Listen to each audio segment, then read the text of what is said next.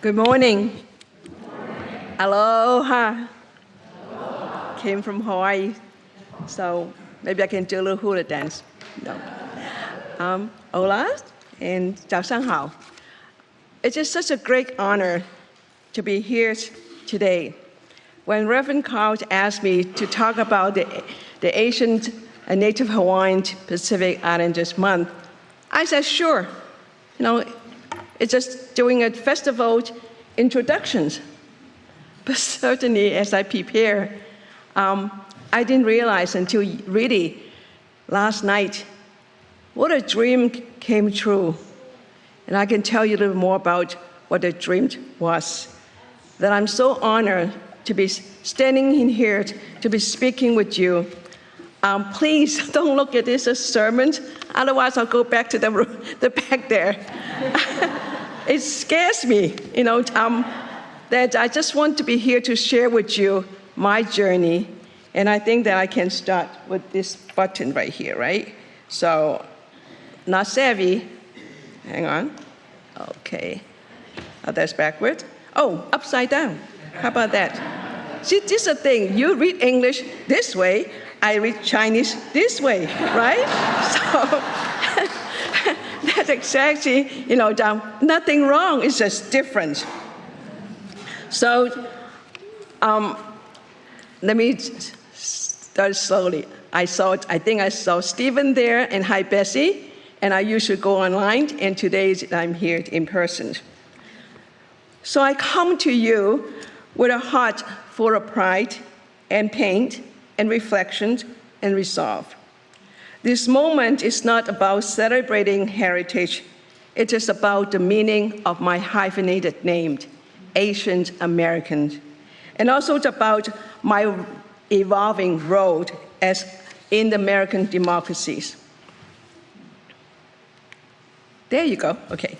So as Asian Americans, I navigate equities, identities, and humanities. And this commemorative month began as a week-long observance in 1978, thanks to the advocate, Janice Ju, whom I have the pleasure of also talking, learning from, and she passed away recently. And she advocates, this long observance, and who sought to recognize the contribution of the Asian community. And in 1992, it became a month-long event. May marks both the arrival of the first Japanese, I think go this way then, and the completion of the Continental Railroad in 1869, built largely by the Chinese laborers. But to many of us, this month is not simply a celebration. It is a reflection, a reckoning, and a reminder. This is some pictures that about the time when they met, bridging the east and the west of our countries. This is my home, one of them, back then in the 60s. It's low-income housing in Hong Kong, where I was born. So we live in a 500 square feet, 500, which is, I think, smaller than this room, with 8 of us. 3 bunk beds for 6 of the children and my parents. So my father juggles a lot of jobs. He's a Chinese medicine man and a cab driver, and also the shopkeeper, among many. My mother baptized all of the children. Why? So that we can go to missionary school. So at that time, I was raised Catholic and answered the call. I still remember, 9 years old on my knees, and prayed to the Lord that this is where I want to carry the cross, and I was 9 years old. But we were poor, so we have no path to college, and so we encouraged to go abroad. Then I began working and tried to save money. After high school, I saved enough for a plane ticket to go to Hawaii with a partial scholarship and a few dollars. But mostly I left because I was poor, or we were poor. So I worked 3 jobs, I still remember after school, 3 o'clock, 2:45, waitressing 3 to 11, then a couple different nights, 12 to 3, as a hostess in Hawaii, and wear those long muumuu and showing my very top. And then also, as a dishwasher in a different morning in the hospital. So I was 20, young, determined, and carrying the weight of histories. I pursued college and later, the master's degrees in public health, and I committed my life to serve the how I carry. And then only through my school of public health, I learned about minority health, statistics, the experiments, and so forth in these countries. But after Vatican II, I left the church. It's not because I lost my faith, but because I could no longer belong to an institution that have no room for questions. Standing in front of you today was that dream I talked about earlier. Never dreamed that. I always wish I could stand in front and talk about my faith and talk about the truth. And I think today, you make it possible for me. Thank you. Thank you, thank you, thank you. Always wonder why we have men priests. Why is it women cannot speak? Today, you make it possible for me. I didn't become a nun, but I continue to serve.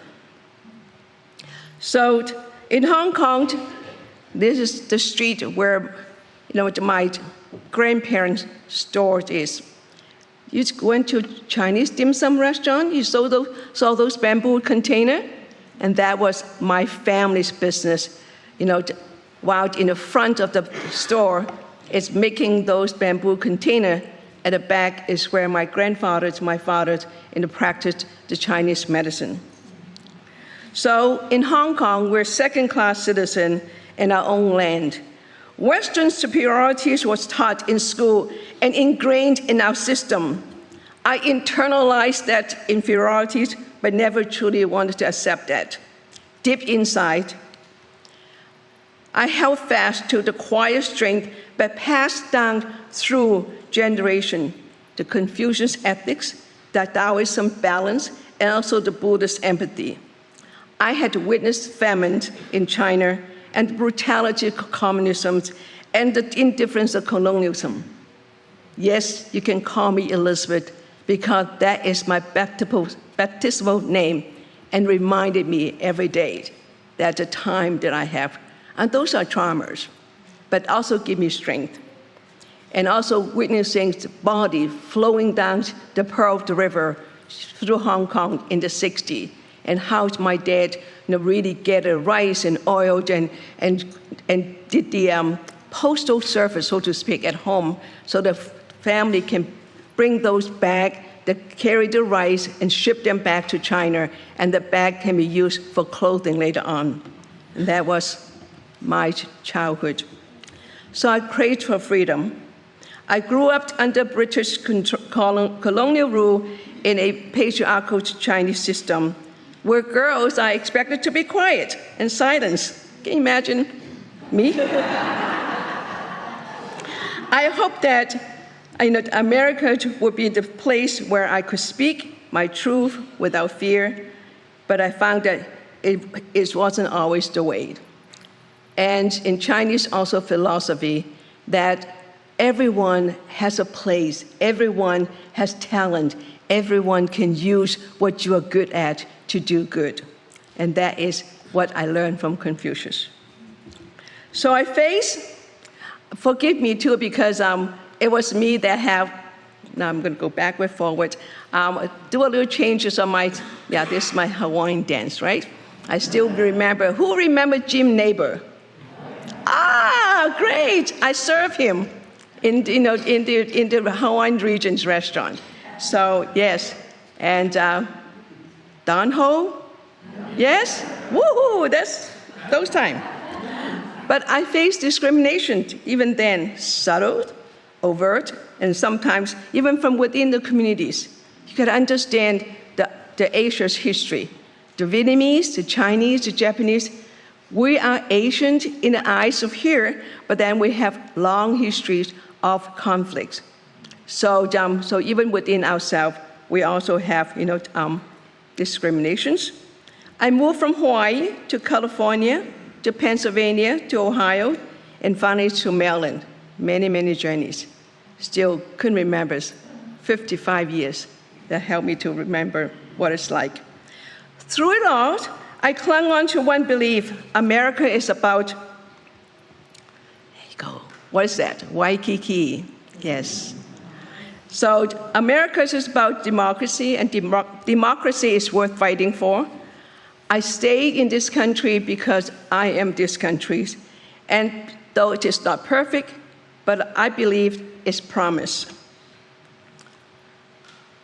The voting. Oops. So what I did not learn, I'm going to go through all that in here. What I didn't learn in school, I had to discover myself. Did not know that. I read about Dr. King, I read about JFK, and I thought, so wonderful coming to America. But no one taught me about the Chinese Exclusion Act, the internment of the Japanese Americans, the murders of Vincent Chin. This is the school. This is the camp. And this, the folks are lining up for food. And the Vincent Chin, a 27 years old Chinese American draftsman, and bitten to death, just to death, because people mistaken him as Japanese in the auto industries, and he died. And here is the meeting, his mother, the protest during that era, and I remember it very well. As a young person, it has a very big impact on me. So, but this is most profound, right? In 1898, the US Supreme Court established the principle of birthright citizenship for all citizens born within the United States. Say yes? Say amen? Good. You can see, I'm also used to talking to my African folks, and they said, Elizabeth, you can praise and dance and sing at the same time. Yes, amen. Oh, I better not do this here. So this landmark decision affirmed that the 14th Amendment's Citizenship Clause grants citizenship to anyone born in the United States and subject to its jurisdiction. The case involved this man, Wong Kim Ark, a Chinese American born in San Francisco, who was denied re-entry to the United States after a trip to China. And you'll see that also impact my family. Despite his birthright citizenship, he was not able to come back, but the court ruled in his favor and asserting that Chinese Exclusion Act could not override the constitutional guarantees of citizenship for those born within U.S. territory. And what's happening now? What is happening now, folks? That we are going through this again 127 years later. That's not the Americas for me. I appreciate the land we're standing and always remember it was taken as ours. This land, we took it as our land, right? So I give reverence of revere, of respect to our native brothers and sisters. So to me, there's no illegal residence on a stolen land.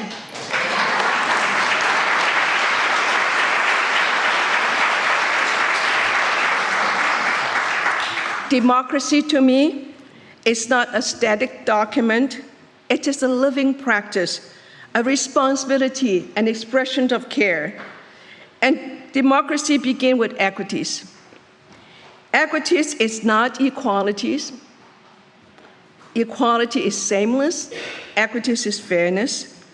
And it means that giving more to those who have been giving less. It is a commitment to walk with people no matter where they begin. Equity said, I see you, I hear you, I meet where you are. And one of the most sacred acts of equity is the right to vote. Yes, I appreciate Steve. Where is this going? Thank you. He taught me a lot. I remember the first time I cast a ballot, my hands trembled, not from fear, but awed. A girl from China, once silenced, and now is a citizen of hope.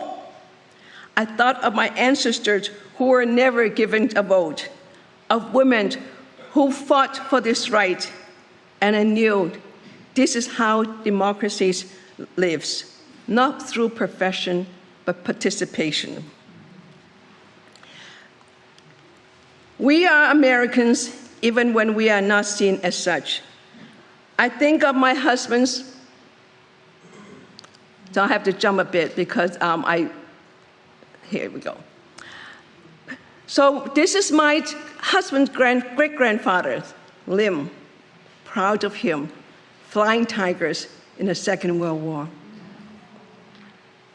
So we are veterans' families as well. After the war, we have to beg for reentries. He couldn't come home. It was through Senator Barry Goldwater's. I did not know how, in what way. Maybe the earmark bill, now I learned, put his name there at the end of the bill, pass. So he came home. So 1942, 45, but it took 30 years for the rest of his children and children's children, right? That was my husband's, and to come home. And the man, this man, right, his offsprings, from this man in my family, we have 3 oral surgeons, 1 orthopedic surgeon, 1 CPA, 1 firefighters, 1 college professors, and more. This is America.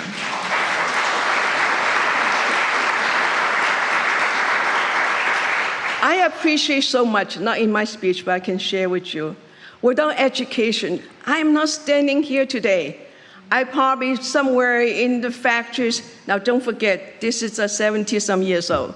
So, it's no wait. Maybe just raising kids, maybe it's, in a village somewhere in China. And yet, education helped me to do what I can do now through the agencies that I love, through the communities that I love, through you, through Bessie, through Becky, through many of you, who serve this community together because of my education. So I never take this for granted. When democracies work, it transforms life, but when it fails, it really hurt. In the past 5 decades, I've helped build 4 nonprofits, 3 of them in Ohio, and 2 out of the 3 are growing strong. I have worked with Asian, Blacks, Latino, refugees, immigrants, and all walks of life, advocating for equities in health, education, workforce development, and many of these needs that we have. I'm going to shout out to Rachel back there, a wonderful colleague of mine in helping. So this agency, its success is the sum of the part of all of us working together. In Frederick County, I have seen communities suffer mental illness, traumas, isolation, with no voice in the system meant to protect them. These are not gaps. These are just failures of empathies and representations. So, like I said, my father, who sent me abroad, gave me education, came here to the United States as a legal resident in the 80s, and yet he has no health insurance because nobody accepted him because of pre-existing condition. What did I do? I sent him home, one-way ticket that year, 1987, when my husband went back to medical school. It is very hard culturally, traditional, even for you, right? For parents who raised you and you could not take care of them when they get old. So this is very painful. The pain of helplessness still echoes. So I remember immigrant mothers who came when I was having an agency in Ohio, couldn't speak English, went to emergency room, and then the baby died. I am an infertile mother. I adopted a child. Can you imagine that you have your own child, and because you couldn't speak, you couldn't communicate, and the baby died in your arm? What kind of justice this is for my country, superpower, and couldn't take care of the very needy? The child didn't have to die, but language became a barrier, and silence became deadly. That story is not rare, but just simply unheard of. Congolese women we serve many. We have 60 languages, 25 some countries that help them with housing, with the jobs, really with the help of your ministry, and thank you for the support. And then this woman said, I did not know that this country has space, for someone like me, but now I do. And that's what democracy feels like, when people move from surviving to thriving. You have done a marvelous job helping many of the Afghan refugees to have homes. I don't know how many, maybe 20, 30, this past couple of years. So still people ask, ACF is small, but I think it's impactful. Why do you serve others than, so many different folks? Then the answer is, why not? For humanity. So why can't we serve the Ukraine, the Afghans, Ethiopian, Germans, anyone who came to need help? Democracy is, to me, is not a pie. You cut them up, you finish, and you're done. The more we share it, the more it grows. Today, we feel realities. Democracy is under attack. It is. We are in crisis. And why and where and how to will be another talk we can have. I love it. So thank you teaching me a lot of this history. Got a great teachers here. So DEI, diversity, equity, inclusion, is being politicized right now. And these are the very reasons of our existence. We serve not just those who look like us, but those who need us. So after 50 years, I'm proud to be American, but I felt betrayed. Yes, I was really almost have a heart attack one day when I was looking at this grant application I was working on. I couldn't see straight. I was so upset. Why is my country like this, being dismantled? So our systems aren't theoretical. They shaped our lives. To date, we see chaos, lawlessness, and erosion of due process. A democracy in crisis. We live in a time of reckoning, some questions about the values of DEI. But how can a nation really grow if it leaves part of its behind? So DEI to me is not guilt, but it is grace. It's about asking, whose voice is missing? How do we bring them in? The future of democracy depends on our willingness to include everyone. And still, I believe democracy is more than the ballot. We need to do more. It is lived in every day, like the teachers who are welcoming the refugee students, interpreters, helping those who have language barriers, workers who bridge the gap. And that too is democracies. I'm proud of my heritage, but I do not accept being treated as less because of it. I want my children to grow up proud, but also protected. I want them to belong. I want them to know that their voice matters. This is my country. We'll continue to fight. Yes. I believe in the legacy of Dr. King, but also, it's Grace Liebold, a Chinese-American philosopher, activist who spent over 70 years advancing civil rights, labor's rights, Black Power movement, and also believe in the compassion of this Vietnamese masters, who is a peace activist who taught mindfulness and justice through loving awareness, just humanities.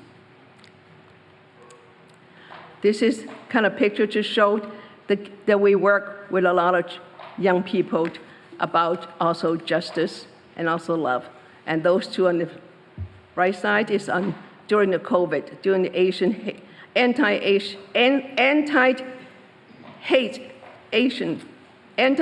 hate. Look, yeah. So even then, we stood in front of Moscow, to protest. In the courage, though, of my communities and love that still rises from the margins, I believe that we're all spiritual beings. It doesn't really matter whether it's from the Bible, in the Quran, or the Torah, or Sutras, or the Star, that we love each other. So to me, democracy means that a little girl once told us, quiet, cannot do anything, cannot go up to the front of the church. Now that I'm here, I am here to be a student, a organizer, a CEO, a policymaker, that I can be here to really transform pain into purpose. Real change is never comfortable, but it's necessary.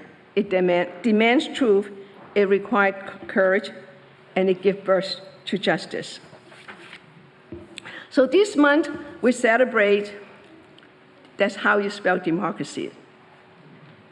So, yes, so you try to drop it off, to every vote, you mail them in, right? And then you say that you can see very well in here. So you cast your vote, you advocate, and you continue to build because this country belongs to you. I think something like that, right? So again, too, that this month, the Asian Heritage Month, that I want to really affirm my commitment to truth, equity, inclusion, and I want to say that it's honored to have to see someone like Ayn Pei, who's the architect of this glass pyramid. His niece was my assistant back in Ohio. I'm so proud. And look at, one of them. One of them. I think that he'll be so happy today, don't you think? Yeah. So seeing this congregation, sharing his dream, his passion, that Dr. Bengali and Jojo Ma also advocate, for, equities in terms of music, and those two Chinese gentlemen, and Lin Zhenning is a physicist and also scientist that shaped and really make great contribution to these countries. So I want to honor them. And I also honor our elders who endured injustice with dignity, our children who dreamed and with hope.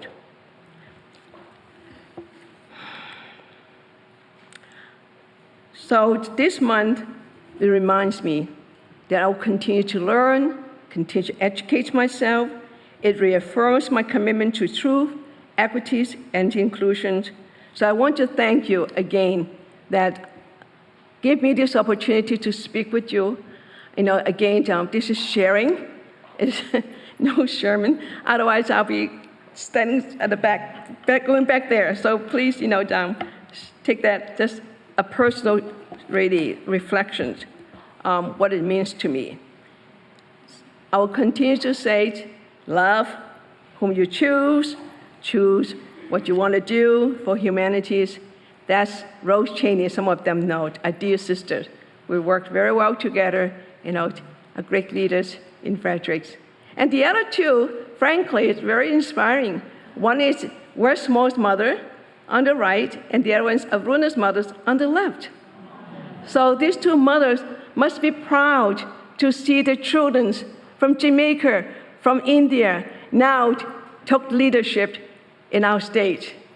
It's just, it's so great to see, to see them, to see the contributions they made to our countries. So this is my journey, continue to learn, continue to advocate, just civic education, continue to help those who can't become, American citizens. And that's my countries. So I thank you all for giving me this time, and I hope that you will come, because we're supposed to be, like I said at the very beginning, I thought, oh yeah, I can come here to talk about the Asian Heritage Month. It was supposed to be yesterday, but we thought it was going to have a lot of rain, so we postponed that to June 14. So I hope that you can come. We have 15, performances and food. It's just wonderful. Have this opportunity, and that's why, please, if you see me, my first name is Equities, my middle name is Equities, and my last name is Equities. Thank you for the opportunity. Thank you.